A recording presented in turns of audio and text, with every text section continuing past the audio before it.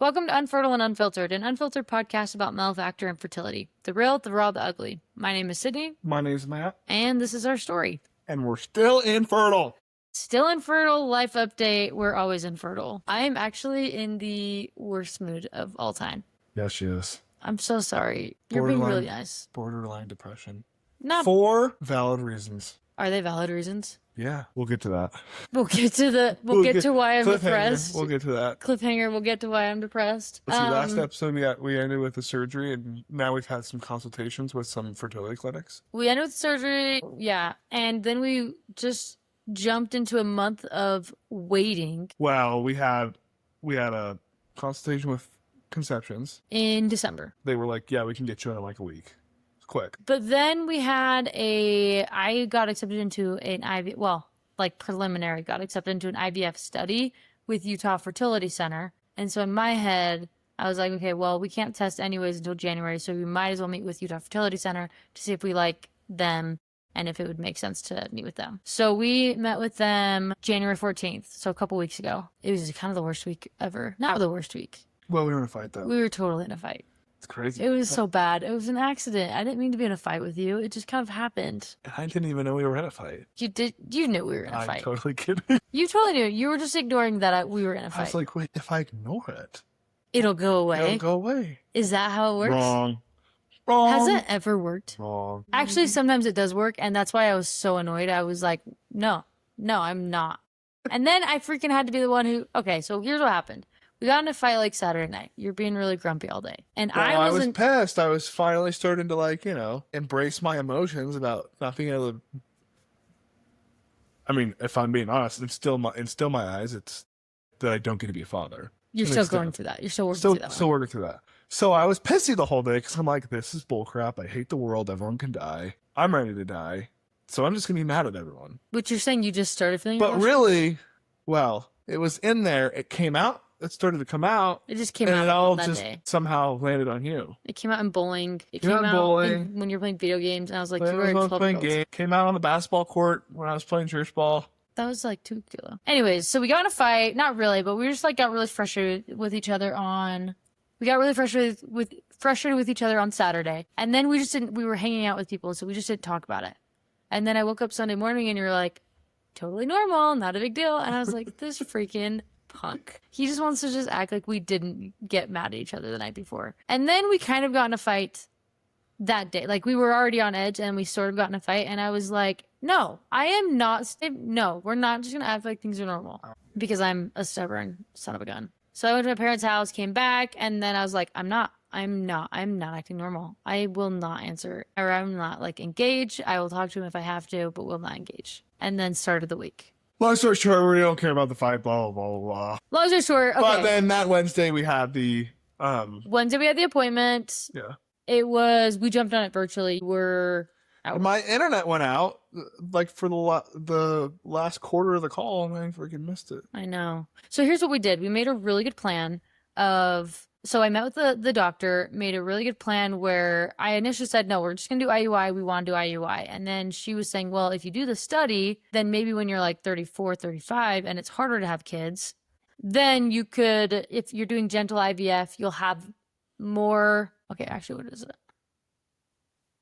If you do gentle IVF, the likelihood of getting a ton of embryos isn't as high. So we could do IVF the first time. And then we do IUI for, maybe for the second and the third baby. And then by the fourth and the fifth baby, I'll be a little bit older. And then we could do IVF. Ideally, your dream for it to come true would be that we could do twins. Yeah. If I was 35, we could do twins. Yeah, then I have to be 35. By the time, I don't know what this journey is going to be like. But at 35, I'm like, you should be done by then. And my mom had her last baby at 38. Well, guess what? She had 8 kids. I know, but I'm just saying. 8 kids. She had her last baby at 38. I don't want 8 kids. That's a lot. It could be fun. Could be fun. That Costco grocery bill. What do you think you'd feel about that appointment with? I liked it because I think we were able to come up with a good plan. Also, she was really nice and was like, you're the most educated, or you came to all these conclusions on your own of, okay, well, IVF makes more sense. Let's do this. And so I just liked her because she gave me validation. And who doesn't love validation on a Wednesday? She's tooted my own alarm. Well, she was amazing.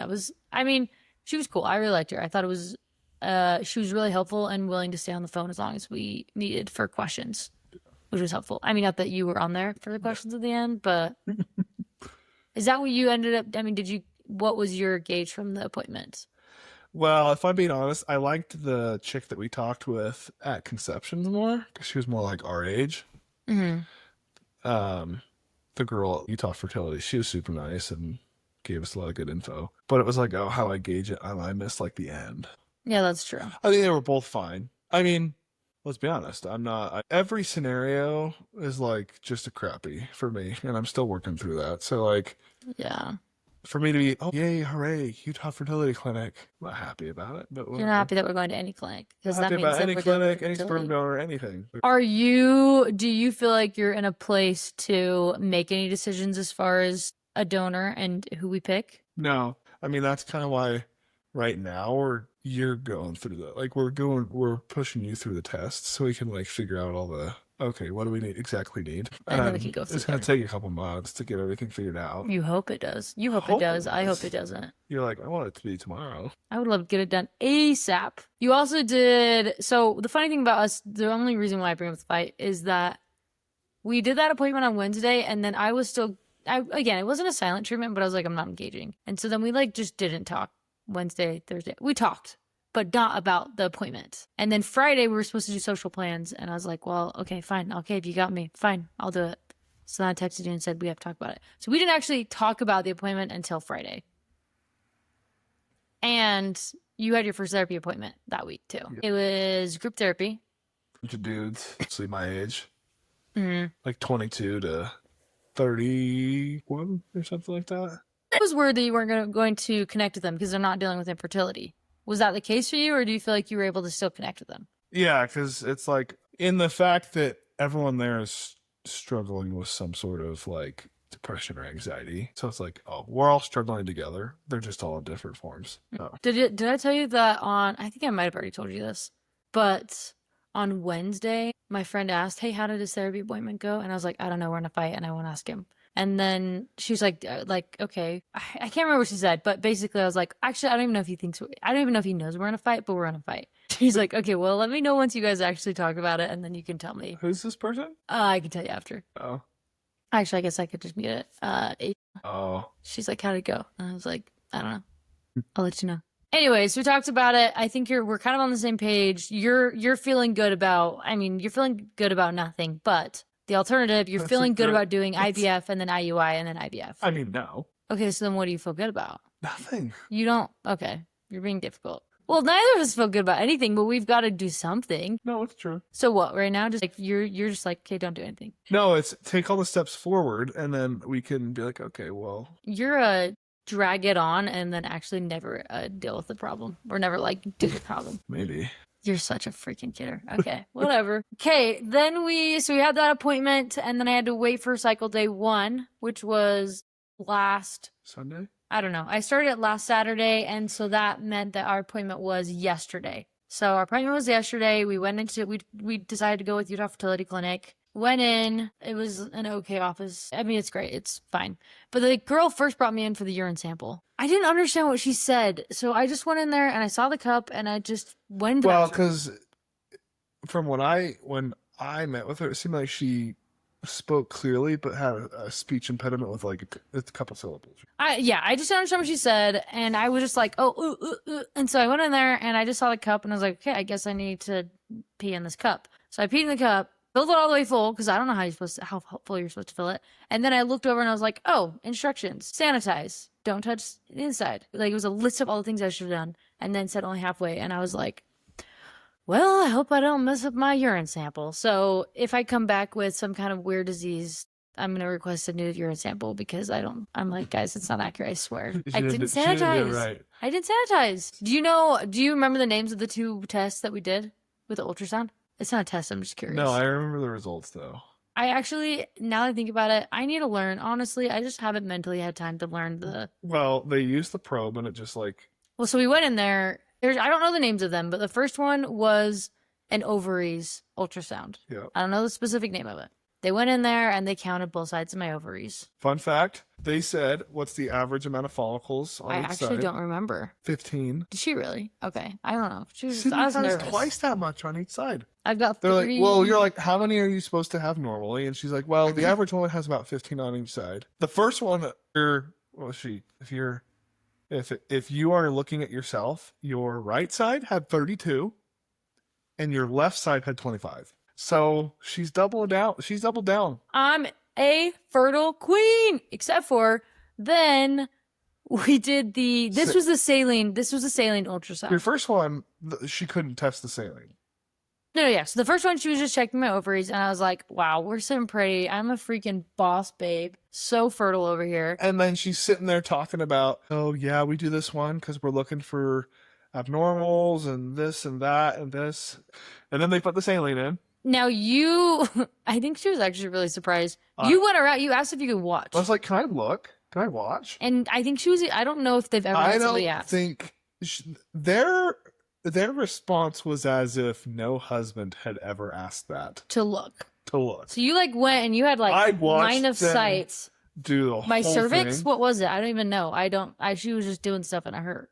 It didn't hurt. It was crappy. So what they did is they used those metal things that opened it up, and then they had a syringe with a plastic thing with a little knob, and they put it was probably 2 or 3 inches before it has a little stopper. Is that why I was feeling crampy? Yeah, and then they put it into your cervix hole, and then they started pushing the saline. The saline. Yeah. I think they were so surprised. They were like, "Are you in a medical?" And I'm like, no, I do construction. I like construction. And then she was like, I think she was she was so shocked that she's like, well, what'd you think? And I'm like, I don't know. I was just curious what it looked like. Yeah, it's there. I can see it. I know what you did. Seen it.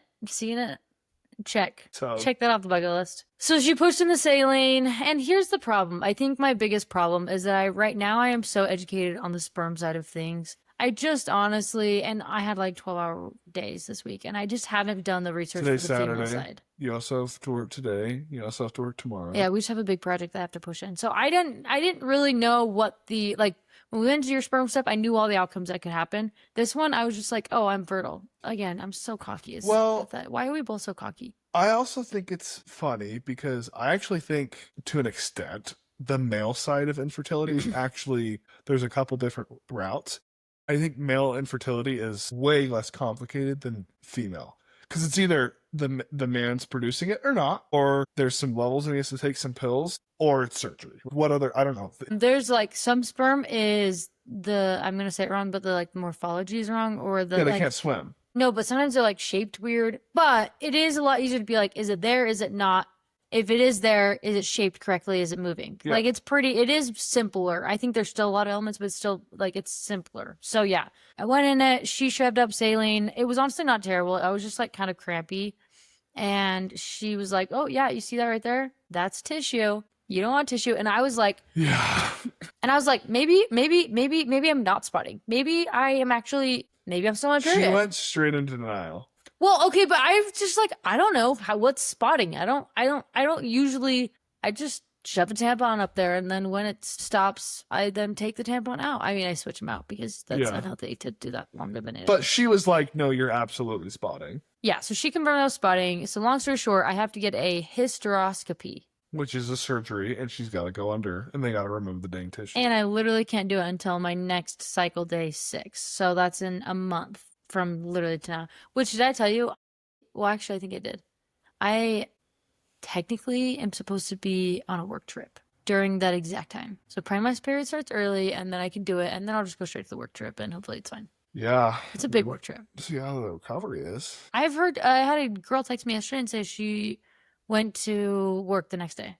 Huh. I don't think it's a terrible, I mean, obviously it's hurts enough for them to put you under, but I don't think it's the worst thing in the world. Yeah, I wouldn't know. Yeah, you wouldn't. I wouldn't either. I will find out. You'll know. So apparently, it's not it's the most common of all time, but it's common enough that people have to go through it. And they basically, it's because they can't, if they're doing IVF, they have to scrape out the tissue to then be able to implant. Yeah. Because it could hurt with not letting the egg have tissue. Well, the doctor's like, oh, we do like 10 of these a day. Did she say that? I honestly was just trying to process it. I think you were shocked. I was listening. She's like, yeah, no, this is like the most normal. Like, we literally, like, we can't get you in this week because we have it booked out 2 weeks. Yeah. Of 10 a day. So worse. So we have to do that. We can't do anything before that. I'm absolutely terrified we're going to get disqualified from the IVF study. And then we'll have to pay so many dollars, and it's going to be okay. I also did genetic testing, so I'm hoping that that comes back in the next couple weeks. So then we can actually look at sperm donors from a genetic standing point and not just like find somebody we like and then find out that we're genetically not compatible, you know? So how are you feeling about all of that stuff, the appointment, everything? Well, I think it's a bummer because you got to get a surgery. And it's just one more thing that we're like, okay. Put it on my tab. Put it on the tab. But it's also like, okay, I got worst case scenario, so like it can't get like it's gonna be a smooth, easy ride for you, and now it's not. So here we are. Is there a piece of you that Yes, maybe not, but is there a piece of you that have a relief that it pushes off another? I was literally gonna say there's a little relief of like an extent. I'm relieved because it gives me a little more time to process and really see where I'm at with this, because it's everything about it still just sucks.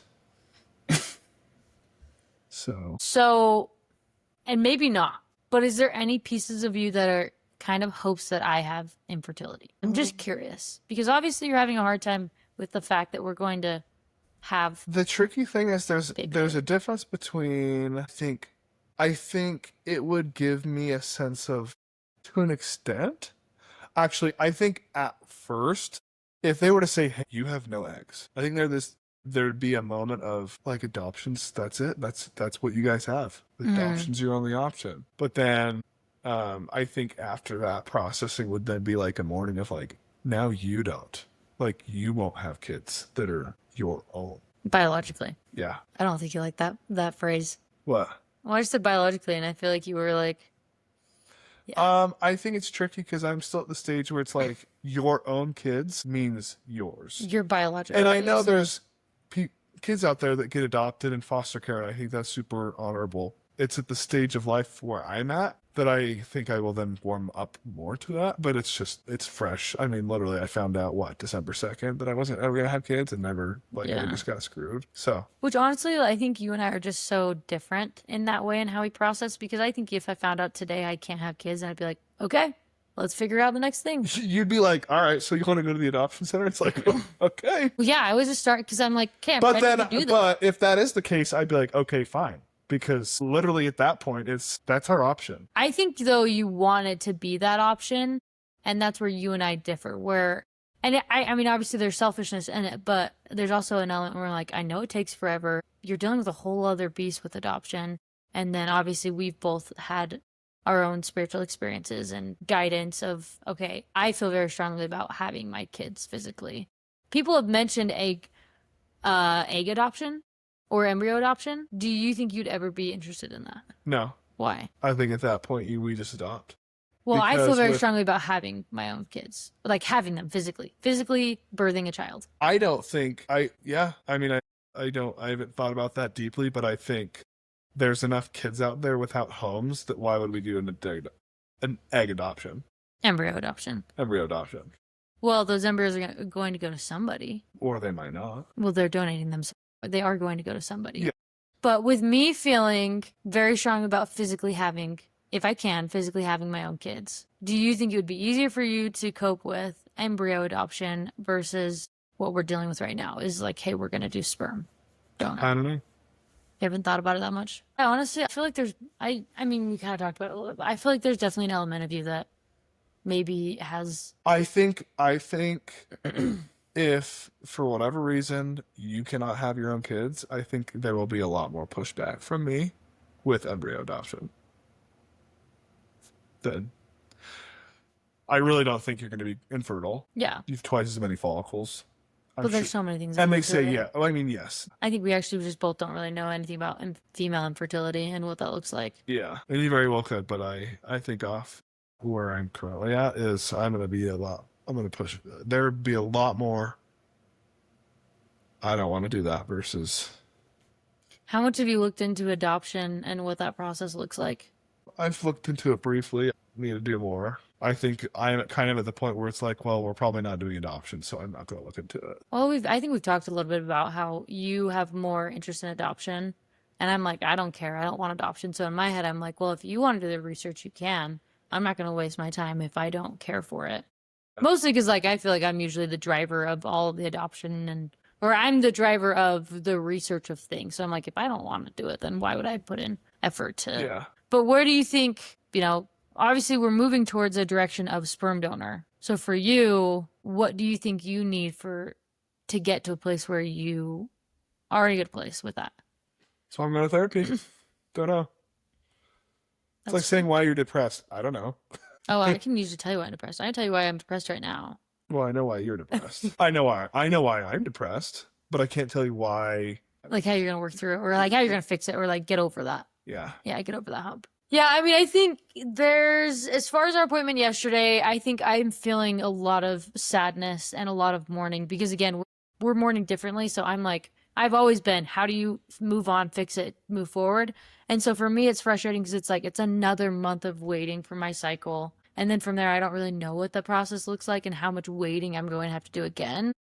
And so that's really frustrating. I obviously went into it. You try not to be cocky, but I went into it cocky. And cocky is probably a bad word, but just like, no, it's going to be fine. We'll be fine. And so then getting that, and then that high of like, oh, we have a ton of follicles. Great. And then just the low of like, we now have to do the surgery, more money, time. I don't know. I'm like, nah, I'm feeling it today. I'm not not sitting pretty with it. You're sitting pretty low. Well, okay, and here's the thing. If we do, okay, so let's say we're moving forward with sperm donor. I think part of the depression is like, and again, I got an email on Monday and then maybe everything's absolutely totally fine. But there's that element of like, what if we can't do the IVF study? So then it's just another financial burden that we have to take on.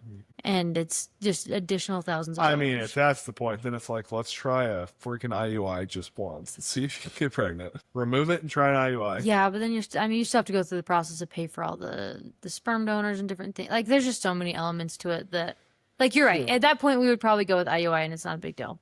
And then I think there's honestly a piece of loneliness for me of, like, you are obviously going through your own grieving and I want something very, I want it to go quicker, so I want something different than you. And so I don't feel like I have a lot of emotional support in that. Like, we're not mourning this together. I'm more like, I'm sad about it. And you're like, oh, we got a little more time. Obviously, you don't want me to go through surgery. But I feel an element of you feeling as if, oh, I have a little bit more time. We're pushing time back.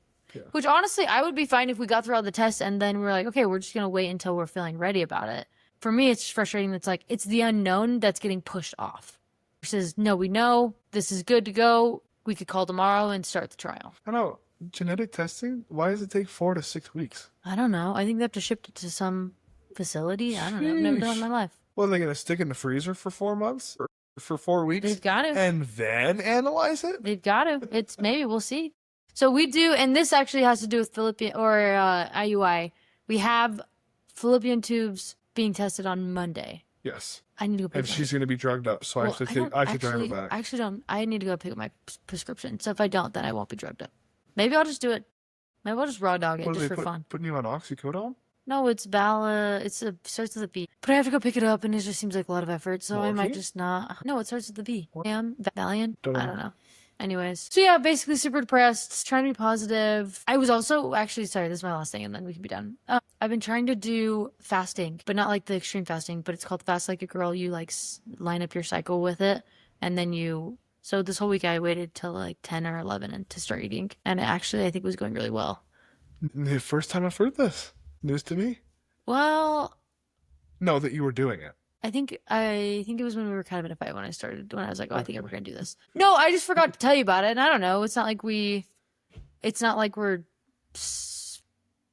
eating breakfast or lunch together at work, and today I didn't do it because I was hungry because I was up super early. So anyways, I heard that it's supposed to help with things. Yeah. So we'll keep you posted. Monday's going to be fun for you. You can tell that you're done with the podcast because you're like, okay, let's wrap this up. So yeah, anyways, that's where we're at. I think honestly, it'd be interesting to talk about, well, unless you're not in a place, but talk about the different types of donors and what our thought process is with that. Yeah, I think we are planning on doing an episode of that. It's gonna be my least favorite episode, but It's gotta happen. We can wait. Because wait. it's the real, it's the raw, and it's the ugly about male infertility. Is a man's got to stare at other dudes' photos and be like, I'm okay with him being the father. Or sorry, biological father. No, it's actually sperm donor is the correct phrase. It's biological father. No, it's sperm donor. It's literally, there's literally. Hot take. It's both. It's sperm donor. But he is the biological father. Okay, whatever.